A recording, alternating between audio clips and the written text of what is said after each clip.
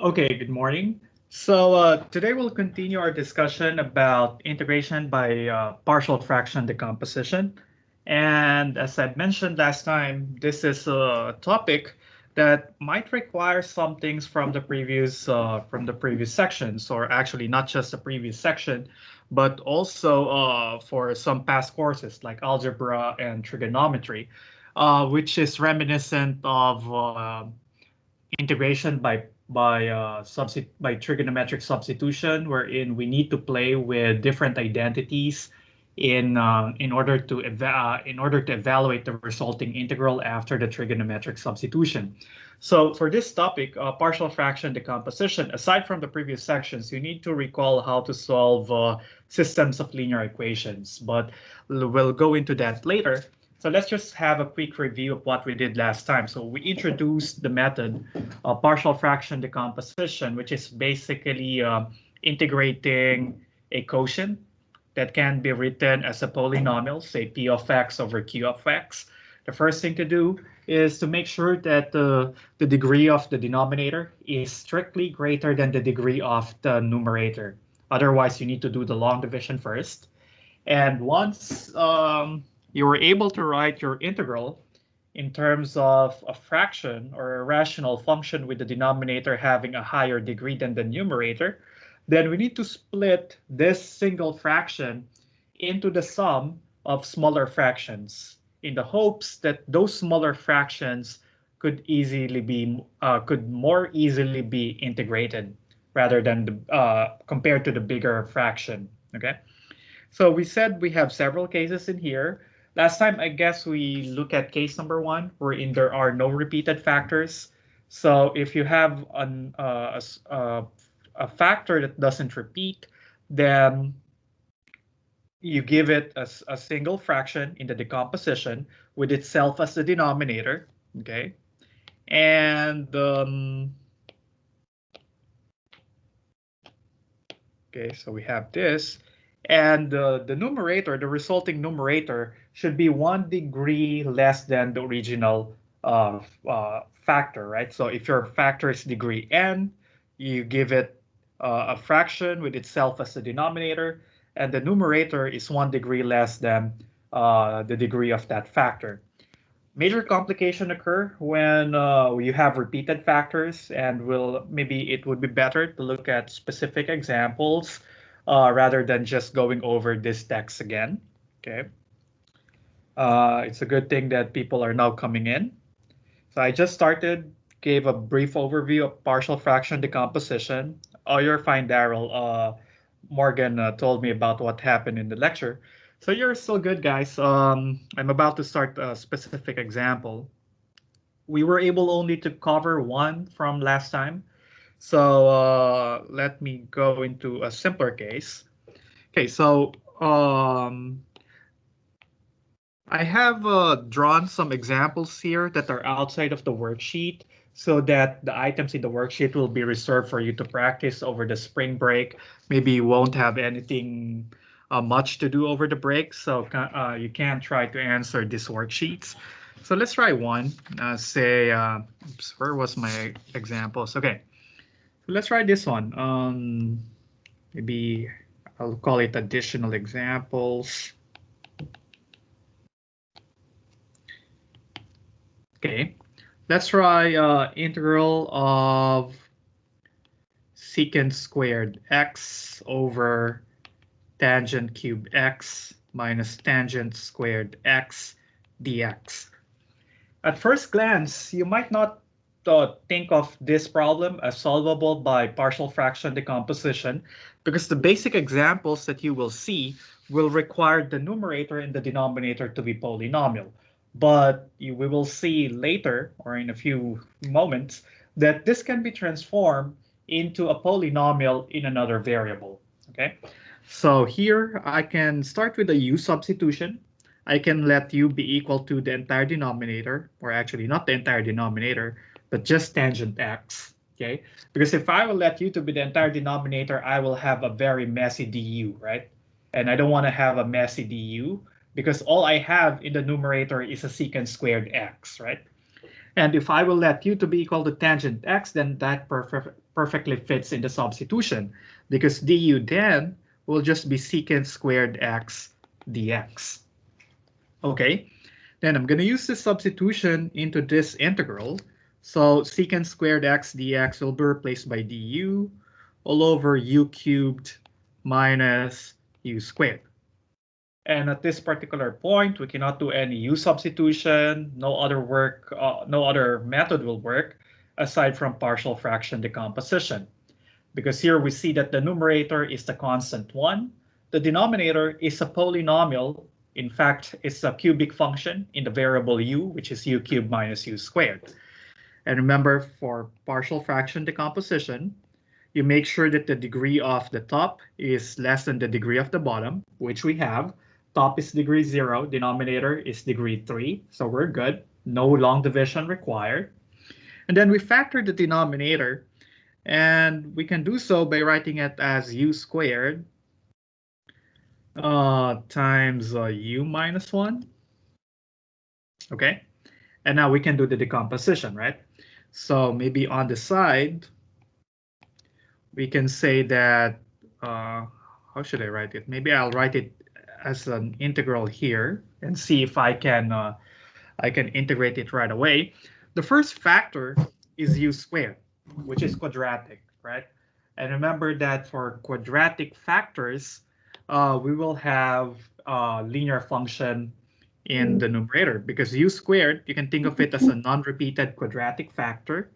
So that means I'll give it one of the fractions with itself as denominator, okay? And then the numerator should be 1 degree less. U squared is degree 2, so the numerator should be a generic degree 1 polynomial. Okay, so let's call it AU plus B for the moment, for some constants A and B that we will compute later. Okay, and then plus, the second factor is also non-repeated. It's U minus 1. It is linear. So the numerator that we should give it should be 1 degree less, so it should be degree 0, which should be a constant. Let me call that constant d, and then du, okay?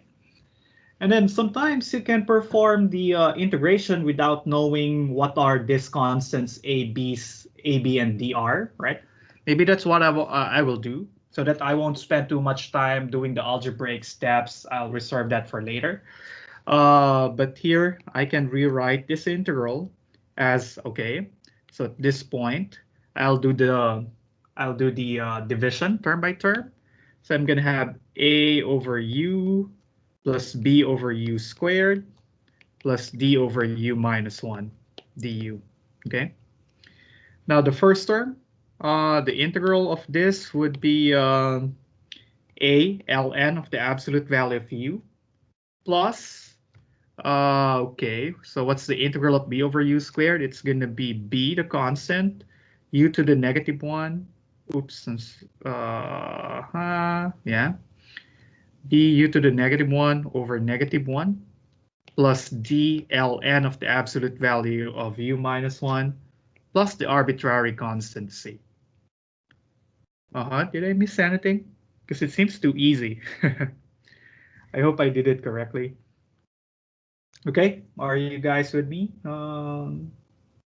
Any questions? Is it good? All right, so here what I'm doing is taking care of the calculus parts of the solution, because for me, if I am to decide what would be the grading scheme for problems like this, I want to focus more on the calculus steps. So I give more importance for you to you being able to evaluate the integrals correctly. That's what this course is about. Solving A, B, and D is purely algebraic. So if I'm to give partial credits, that will account for less. But anyway, so I can go back to the original variable. Remember, I let u to be equal to tangent. So this is a ln of the absolute value of tangent x minus b over tangent x plus d ln of the absolute value of tangent x minus 1 plus the arbitrary constant c.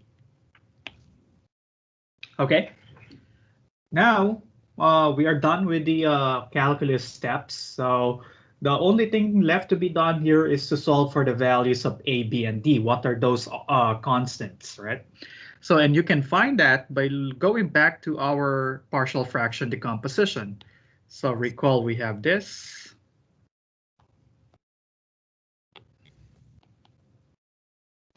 So I have this guy, and we said we decompose it into ax plus b over u over, I should have used u over u squared plus d over u minus 1. And we need to solve for a, b, and d. Okay. Now, if you carry out the addition here on the right-hand side, on the right-hand side, you're gonna have au plus b times u minus 1 plus du squared all over u minus 1 times u squared, right? Which is basically the same as the left-hand side. So you have this, okay? And then since these two fractions are equal to each other and they do have the same denominators, we can forget about the denominators and just look at the numerators. Equal denominators, equal fractions mean that the numerators must necessarily be equal to each other. And this equation should be true for all values of u. So you can give specific values of u that you want, okay?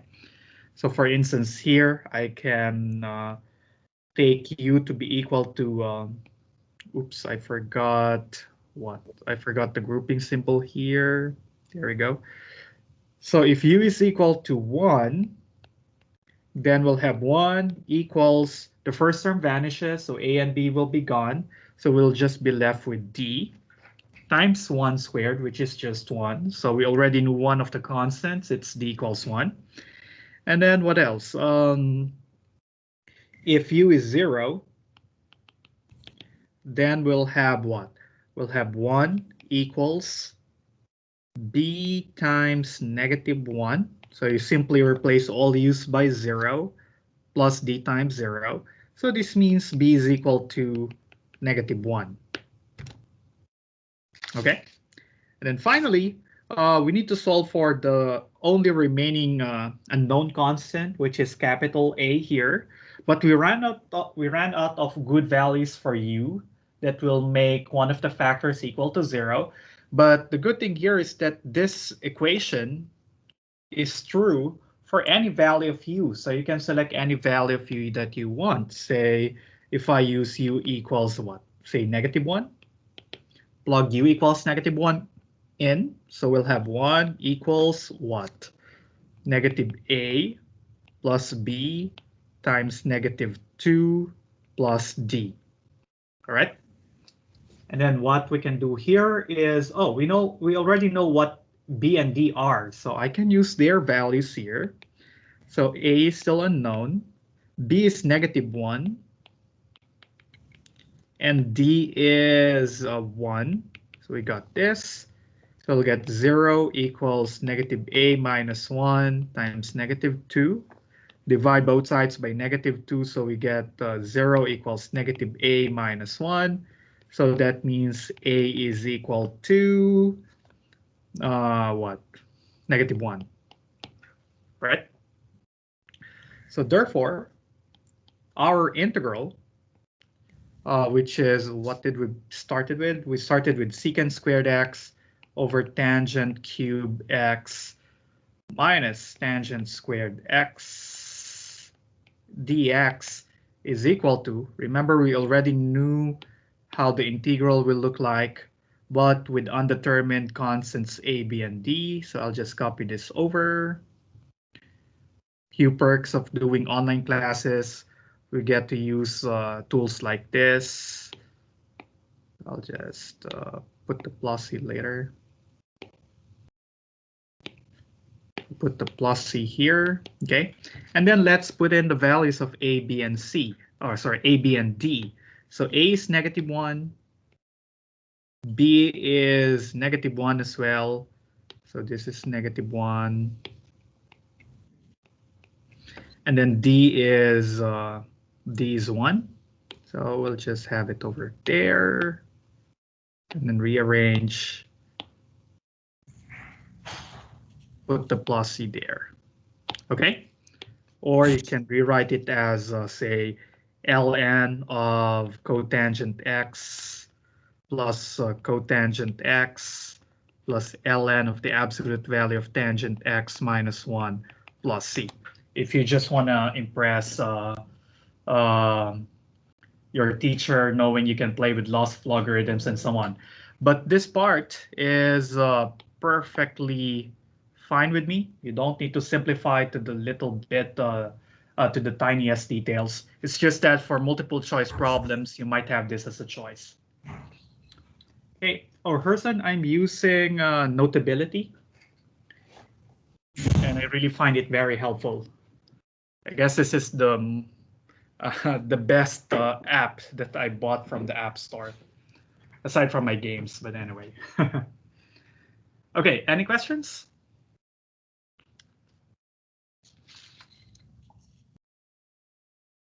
Okay, none?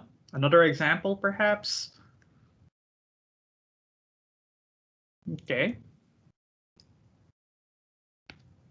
You're too quiet again, but anyway, let's try another one. Let's have x squared over x squared minus 1 dx. Now, in this particular problem, you observe that the numerator is degree 2, the denominator is also degree 2, so we are not done yet with the first thing in our list, because we need to make sure that the degree of the denominator is strictly greater than the degree of the numerator, but here they are equal. So we need to do long division. Yeah, you're correct, person. And hopefully you still remember how to do long division, right? So let's do it on the side. So I have x squared here and x squared minus 1. Sorry. Actually, whenever I'm teaching Cal 1, that's the only time that I, again, or Cal 2, this is the only time that I meet the long division symbol again, whenever doing partial fraction decomposition. But anyway, if you do the long division, this is going to be 1. Then we multiply, so we get x squared minus 1. And then you subtract, so we get 1. So the quotient would be 1 plus the remainder. So you got the quotient over there, okay? And then the remainder will come here over the divisor. So you'll have plus 1 all over x squared minus 1 dx. Oh, I see. So it looks like you are traumatized from the lecture. And I was about to give you a very long partial fraction example for my third one. So I'm now rethinking that plan just to make you feel better after the long lecture. But anyway, let's see.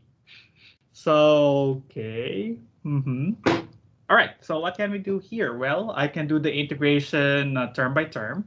So here I'm going to have integral of dx plus integral of dx over x squared minus 1. The first one is not a big problem. It has it will be x plus the integral of dx. And then you have a denominator x squared minus 1 there. We cannot do u substitution in the second integral. No trig substitution will work there, so we can do partial fraction decomposition again. But we can factor the denominator, so it's x plus 1, x minus 1, and then a 1 on top, okay? And then luckily, the decomposition will not look that bad because we have non-repeated linear factors. So you have just an x minus 1 and an x plus 1. So no biggie here. Each of them will get a fraction on their own because they are non-repeated, okay? And then this is degree 1. So the numerator will be degree 0. So it will be a generic constant, as well as the second one. So it will also be a generic constant, okay? And now it's good because now we can integrate these two little fractions over here using natural logs, right? So for the first function, you will let u to be equal to x plus 1. So you'll have a over u du, so that will just be ln of the absolute value of u. The same thing goes for this, but you let u to be equal to x minus 1. So I hope it's fine that I'm skipping those parts of the simple u substitution and jumping right into using the ln. Okay, so this would be plus a ln of x plus 1 plus b ln of the absolute value of x minus 1 plus the arbitrary constant c. Okay, but just a little caveat here on the side. Say if you are integrating, say, e over 1 minus x, you should be careful here, right? Because here, what do we have? Well, here you will let u to be equal to 1 minus x. Du will be equal to negative dx. So your integral here would be negative integral of e over u du. And that would be negative e ln of the absolute value of u, which is 1 minus x plus c. All right? So be careful whenever the linear function in the denominator has a coefficient other than 1, because you need to take care of that, that extra sign there. Also, if your integral happened to be, say, integral of f over 2x minus 1 dx, we know that this is going to be ln because the denominator is linear. But if you do the u sub carefully, you will see that you will need an extra factor in your integrand, in your final answer, because here you let u equals 2x minus 1, du will be 2 dx, so du over 2 is the replacement for dx. So this guy would be 1/2 integral of f du all over u, which is 1/2 ln of the absolute value of u, but u is 2x minus 1 plus c. So these are some extra steps that I am not showing in details in the solution for the partial fractions, because I'm assuming that you are now well versed into integrating a constant over a linear function. Okay, it's gonna be an ln, but be careful with those extra coefficients in front. Okay, is that good? Or do you want me to keep on keep this parts of the solution in the partial fraction in our solution in partial fractions? Or is it good that I'll assume that you can do those integration on your heads?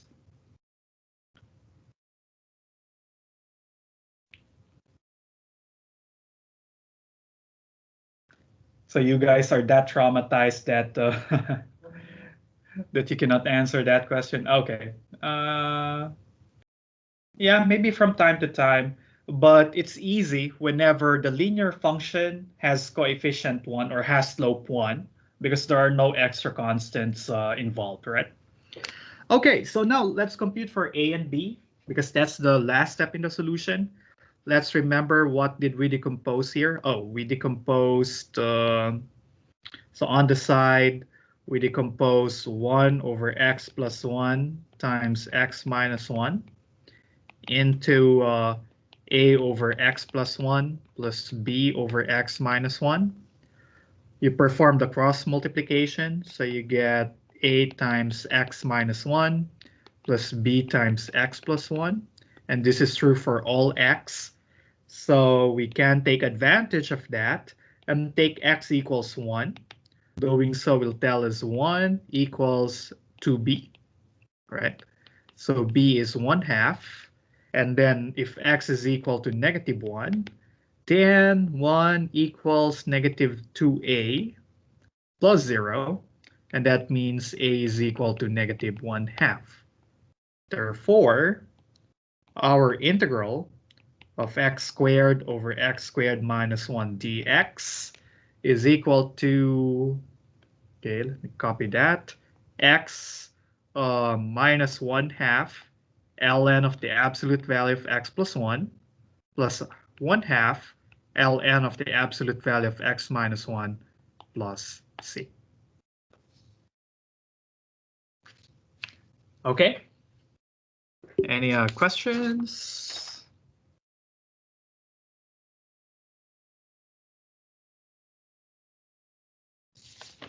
Okay, now I am thinking what to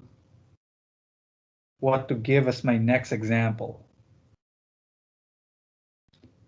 I don't want to traumatize you even further, but I still want you to be prepared for those more difficult problems. So I'm torn, but let's see. Let's try this one.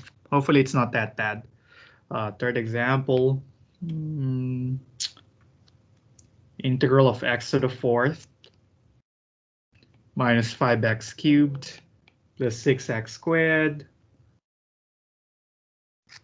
minus 18 over x cubed minus 3x squared dx. So there's no, okay, yeah. That's another way to look at it, Harrison, that you cannot be traumatized anymore. So, okay, let's do this one. In this example, the top is degree 4. The denominator is degree 3. So I guess here we do the long division first. So we'll have x cubed. Let's do it on the side. Okay. So I'll have x cubed minus 3x squared. That's the divisor. And then I have the dividend here. Okay, x to the fourth divided by x cubed. That's going to be an x. So we'll have x to the fourth minus 3x cubed. And then we subtract. So we'll have negative 2x cubed plus 6x squared minus 18. And then negative 2x cubed divided by x cubed. So that's minus 2. And we'll have minus 2x cubed plus 6x squared. Then we subtract, so we'll be left with the remainder 18. Yeah, this is very reminiscent of high school. So, and you see, that's how sequential mathematics is. You're still here. You are now college level, but we're doing high school stuff here. Okay.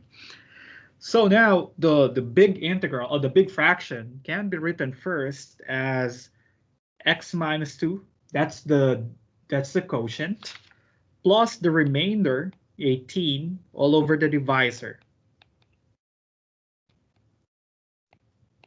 Okay. Now for the first two terms, we can do the integration quite easily. It's going to be x squared over 2 minus 2x plus the integral of 18 over x cubed minus 3x squared dx. As a matter of convention, even though I performed some integration, I already integrated here. So supposedly there should be some arbitrary constants involved, but I will just reserve it and say that that arbitrary constant for this is still hidden with this integral. And I'll just put the plus c once all the integrals are gone. All right. Okay, and then we do the factoring on the integrand so that we can move on with the partial fraction decomposition.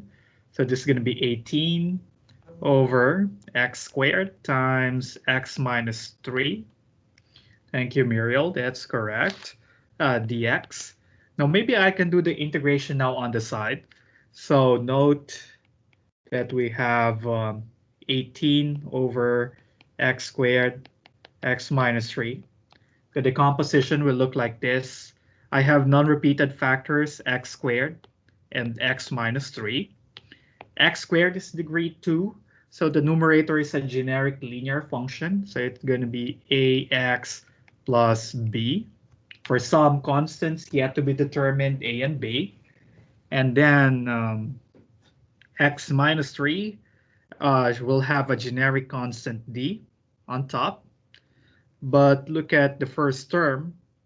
I can split it up as a over x plus b over x squared plus d over x minus 3, right?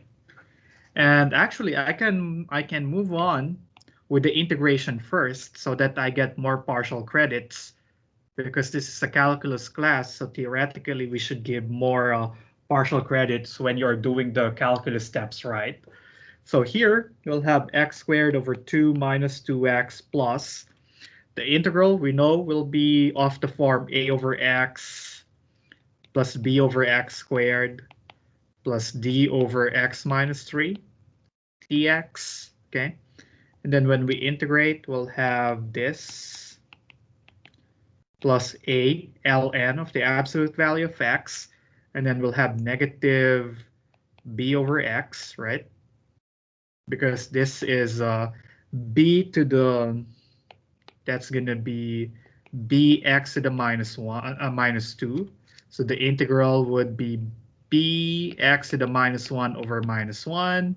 That's how I got that.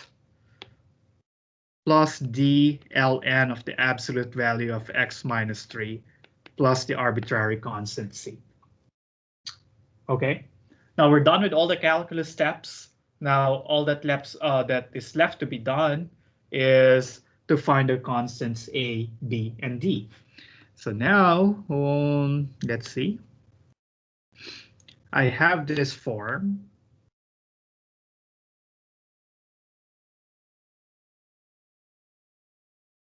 Okay. Now I carry out the cross multiplication. Maybe I'll indent it a bit.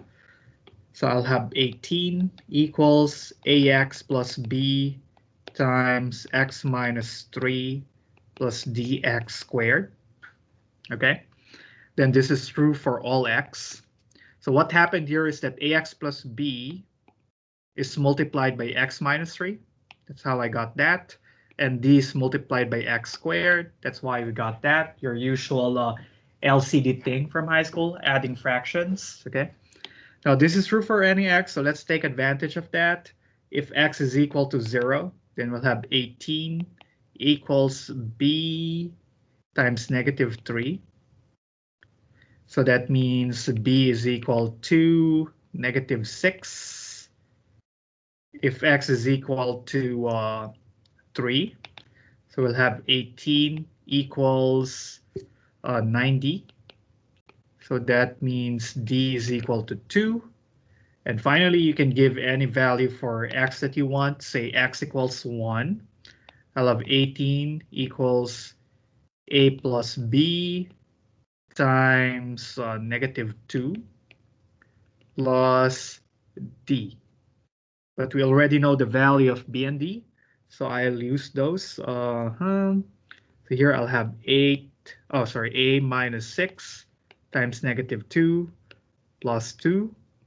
Get rid of the plus 2, so we'll have 16 equals a minus 6 times negative 2. Divide both sides by negative 2, so we'll get negative 8 here equals 8 minus 6. And then add 6 to both sides to get a equals negative 2. Okay.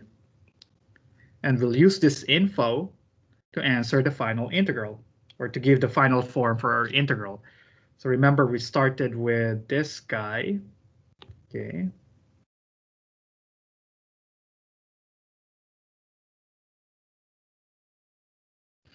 And this will be equal to, I already knew what the how the integral will look like, save for the constants a, b, and d.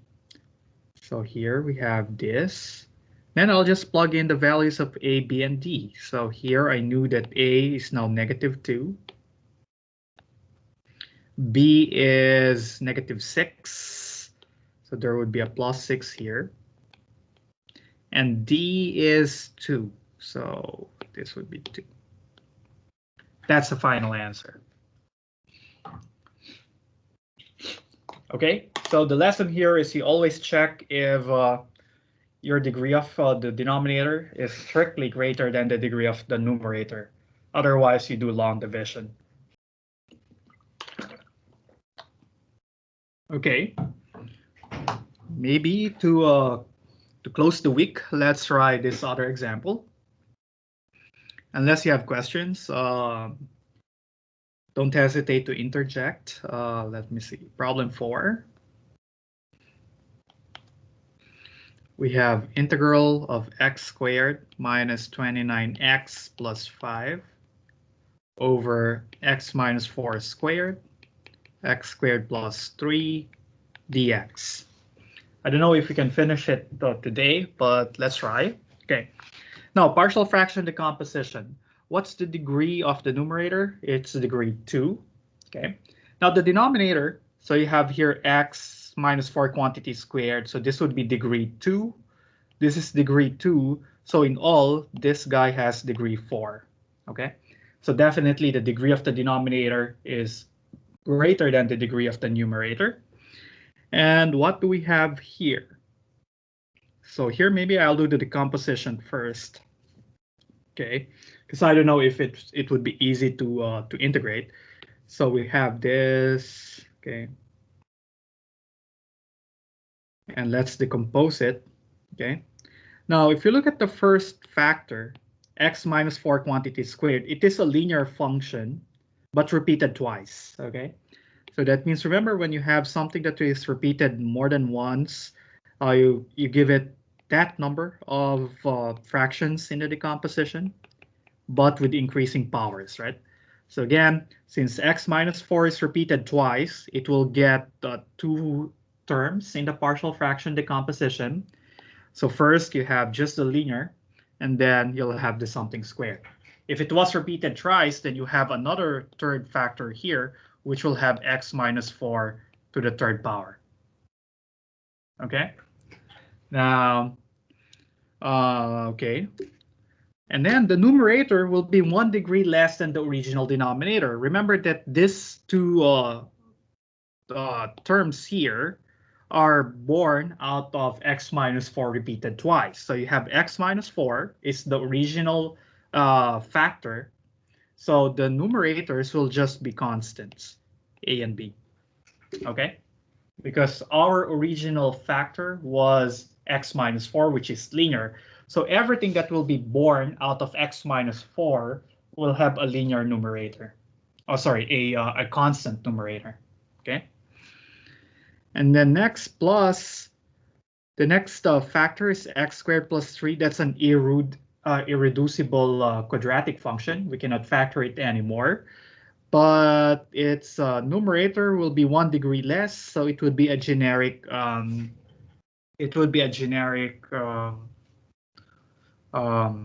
Linear function. Okay. Now let's do the decomposition.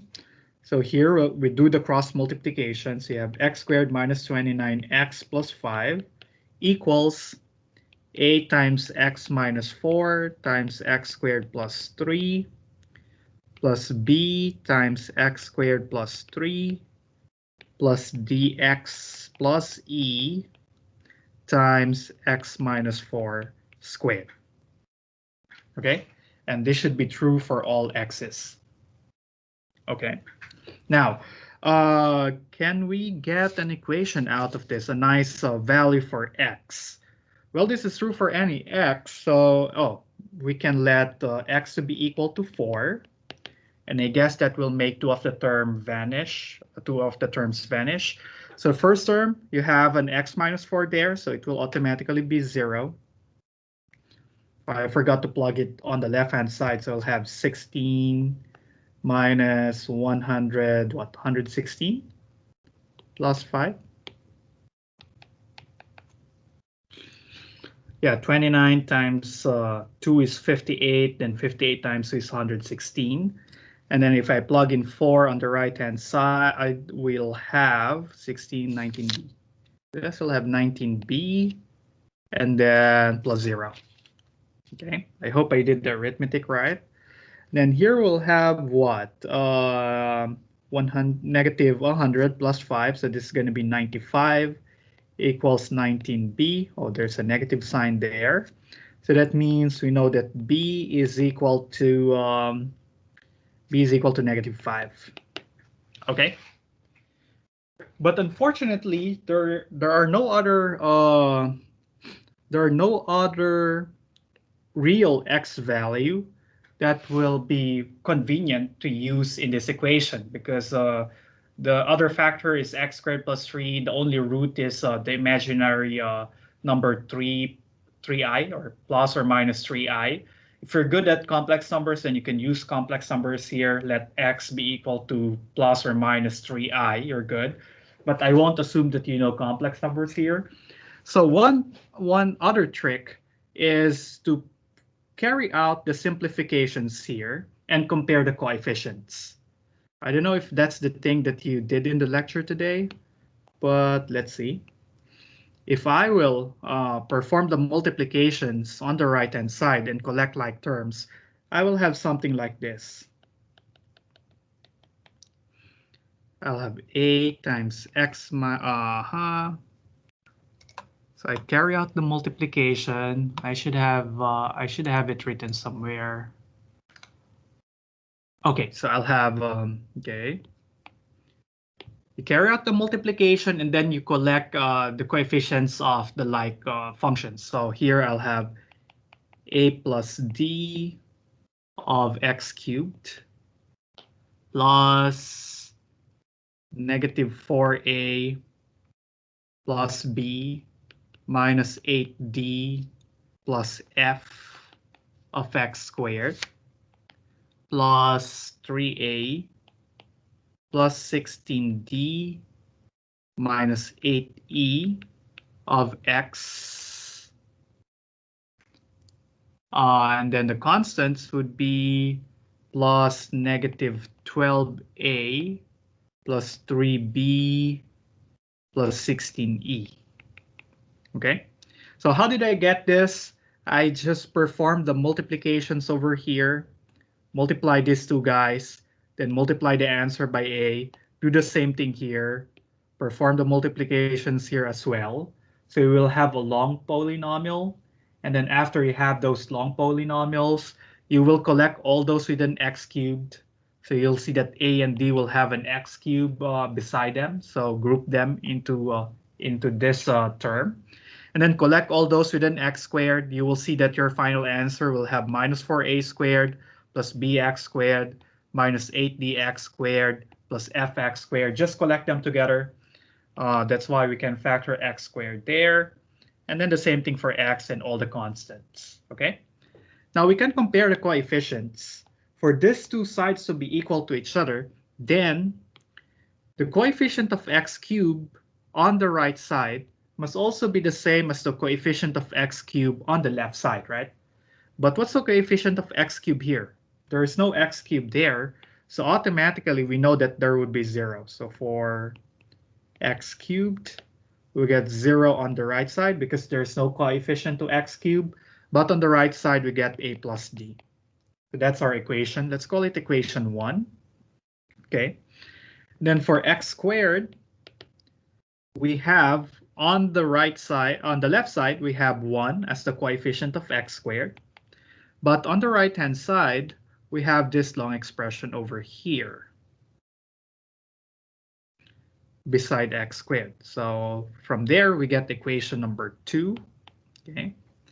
And then coefficient of x. The coefficient of x on the left side is negative 29. On the right, the coefficient of x is this guy. So let me just copy it over. Let's call it equation 3. And then finally, the constants. So constants on the right, on the left side, the constant is 5. On the left, the constant is this long thing here. Copy it over. And this is a nightmare. We need to solve this this equation, this system of 4 linear equations with 4 unknowns, a, b, d, and e. But there's a silver lining. We already know what e is. Okay. Sorry, we already know what b is. B is negative 5. So we can replace all b's we see here by 5. Okay. And then reduce this equation into 3 unknowns, and then we'll play with the we will play with this equation. There's no straight forward way or a hard and fast rule on how to do it. We'll just wing it and see what would be most convenient, right? Unfortunately, it's already way above time, and I cannot stay for long because I have another lab class at 12. So what do you guys want? Should I just include the solution to this and move on to the next topic on Monday? Or Monday is already the spring break, right? So maybe I'll just complete the solution, put in all the details, right? And then let me know when we meet again Monday, week after next, if you have some questions on that. All right. Okay, so I'll call it a day here. Okay, so hope you enjoy your weekend, everybody, and also your spring break. But keep safe when going out. And let's see each other again week after the spring break. All right. Goodbye, guys.